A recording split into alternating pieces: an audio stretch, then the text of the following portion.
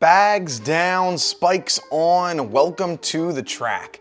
Hi, I'm your host Colin Waitsman for this episode of Track World News presented by Track Barn, and today is our second to last episode on the World Championships, doing our 8 minutes in Eugene, and we've got a lot to talk about. 100-meter hurdle drama, 4x1 insanity, and some crazy stuff going on in both the decathlon as well as the 5K.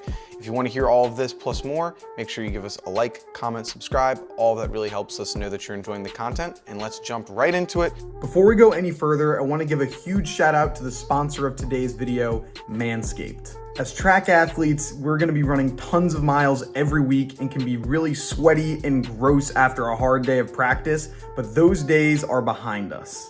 Manscaped just sent me their brand new performance package, which comes with the Lawnmower 4.0 trimmer, Weed Whacker ear and nose hair trimmer, Crop Preserver ball deodorant, Crop Reviver toner, performance boxer briefs, and a travel bag to hold all your goodies. Look, I've tried a lot of razors in my day, but the Lawnmower 4.0 is just different. Its ceramic blade helps reduce grooming accidents, LED light allows you to shave anytime, anywhere, and since it's waterproof, you can even take it in the shower if you want.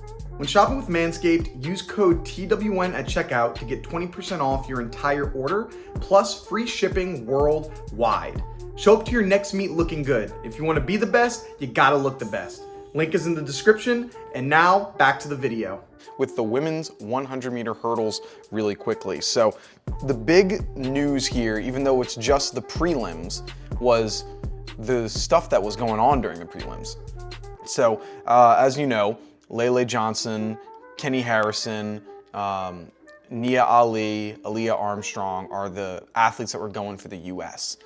But what happened was both Lele and Nia Ali fell on their hurdles. They fell and they weren't able to continue and compete. And it was crazy for Lele. It's her start just didn't work. Like, she started and then it was like a stutter step and didn't really get over that first hurdle. Nia Ali, she was good through 9 and then fell on the last hurdle. And so these are two athletes that very easily could have medaled. Very easily. Many people picked, in fact, I picked Lele to medal, and she ends up not doing that, falls on this first hurdle, and it's like, man, what's going on here? It's just really unfortunate because, you know, obviously Lele, who is currently unsponsored, she was hoping to do really well, hopefully catch the eye of some sponsors and be able to do something, you know, along those lines. So I feel bad for her, looking at what the potential people could be. I think that right now it's going to definitely be between Kenny Harrison and Jasmine Camacho Quinn, between who it is that's going to win there, because you know, many of the other competition just fell out. So unfortunate, but you know, that's how track and field goes. That's how hurdles work. Next, quickly, decathlon. So Ayden Owens, the athlete out of Arkansas, is currently leading with 4,606 points. The other collegiate athlete, Kyle Garland, is in fourth with 4,418 or 13 points.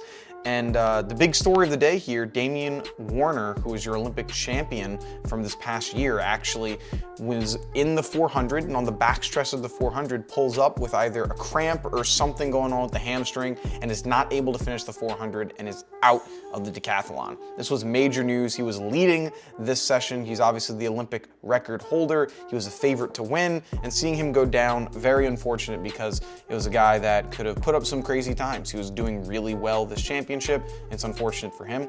On the positive side, Ayden Owens is looking really good. He dropped a 45.09 in the decathlon 400. What are you doing? That's insane.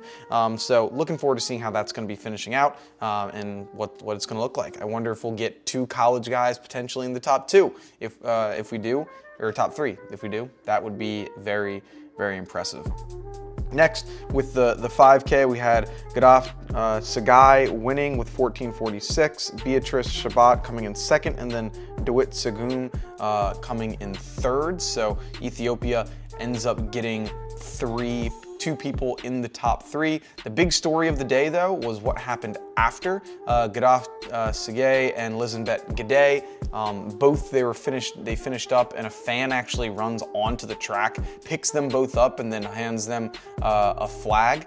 It was an interesting story and an interesting thing that happened. Apparently, the story behind it, there's some conflict going on within Ethiopia. I'm ignorant of this situation, so don't want to speak too much because I'm not sure exactly what's going on, but handed the flag of the people, because apparently Lizenbet Gade hadn't been able to speak to her family for over 2 years now due to the conflict going on within Ethiopia. And so actually Sidious Mag was able to interview him and just described what was going on. Start with the women's 4x1, and yeah, so this was really, really good. So obviously the women upset Jamaica. It started off a little hairy. The handoff from Melissa Jefferson to Abby Steiner was a little bit off. They almost missed it. They showed it on the big board and people were like, oh my God, this could have been bad. Then the handoff, then Abby Steiner runs an amazing leg, flies down, really eating up ground on what I believe was Elaine Thompson-Arah there in the second leg. 3, the handoff in between Abby Steiner and Jenna Prandini, electric. It was fantastic. It went really well. And you start seeing Prandini starting eating up some ground on Shelly-Ann Fraser-Pryce. That was like really impressive because you're eating up ground on what is one of the best sprinters of all time. So she ran a fantastic curve there, did Janet Prandini. And then the handoff in between her and Twanisha Terry, a lot better than what it was yesterday. And so that gets off well. Twanisha Terry able to hold off Sharika Jackson and getting the win. Big time victory for USA. Started off the relays really, really well. Got everybody in the crowd pumped up, electric. It was an awesome race for them. And yeah, the future of this is looking really good. We had the 2 college kids, leading off there, and they both did excellent legs. The story of the day here, Aaliyah Hobbs not actually being on there despite running the fastest split yesterday. They switched her out for Abby Steiner. Turns out Abby Steiner had the fastest split of everyone in the 4x1, so it ended up doing pretty well for her. I think that it was the right decision, despite Aaliyah Hobbs. I'm sure she wanted to be a part of that, and many people felt that she should be, and rightfully so, because she also ran a good leg when it came to the prelims. But yeah, so that was what it was on the women's side. An electric game or evening when it came to the women's 4x1. Looking at the men's, this was a little sad for the US fans like myself. We had Canada coming out with the win with 37.48, USA second with a 37.55, Great Britain third with a 37.83. And this is just another classic story of the United States not doing handoffs well. It's crazy because we had the same crew that we did yesterday, the exact same people, the exact same order. The handoffs were crispy. They were really good yesterday. But then when they came to the championship here, we had some bad handoffs. First handoff was Christian Coleman to Noah Lyles. Coleman ran up on Noah Lyles. I don't know if it was Lyles not getting out on time, maybe Coleman coming in a little quicker than normal, but he ran up on him and it wasn't good. The second handoff between Lyles and Elijah Hall was okay. It was fine. It wasn't the best, but it was an okay handoff. And then the handoff in between Elijah Hall and Marvin Bracey was not great. Like, it was Marvin Bracey had to turn around and take it like a 4x4 handoff pretty much. And when you're going up against Andre DeGrasse head to head, they were both neck and neck. It's not like we had a lead here. It was neck and neck going into the closing parts of this 4x1. When you're tied like that against one of the best sprinters in the country or in the world, it's just not gonna work out in your favor most of the time because Andre DeGrasse is nothing to be played with. And Canada was able to take it home and take advantage of the fact that USA, for the bajillionth time, had bad handoffs. And so It's tough because they did do a relay camp and they've done the same team before and they went and it went really well. And so I can't just say, oh yeah, it's because you know, the training, blah, blah, blah, blah, blah, because they did well yesterday. And so I'm wondering, was this just bad timing? You know, sometimes you just, you know, things just don't work out, or was it genuinely the chemistry, and maybe yesterday's performance or 2 days ago's performance was the outlier? I don't know. Only the athletes know it. They know how much they train. They know what went into it.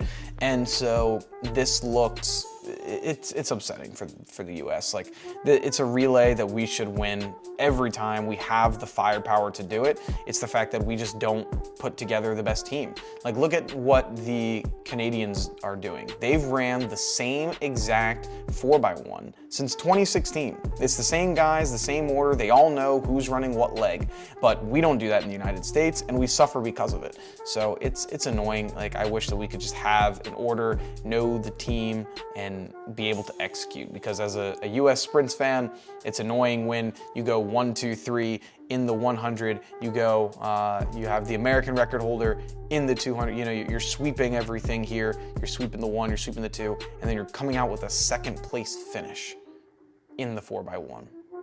That's upsetting to me. But, you know, what can you do? So that's gonna do it for us for recapping yesterday. Tomorrow will be the last episode of our 8 Minutes in Eugene series. It's been amazing. Hope that you guys have been enjoying this. That's gonna do it for us here. Have a good one. Peace.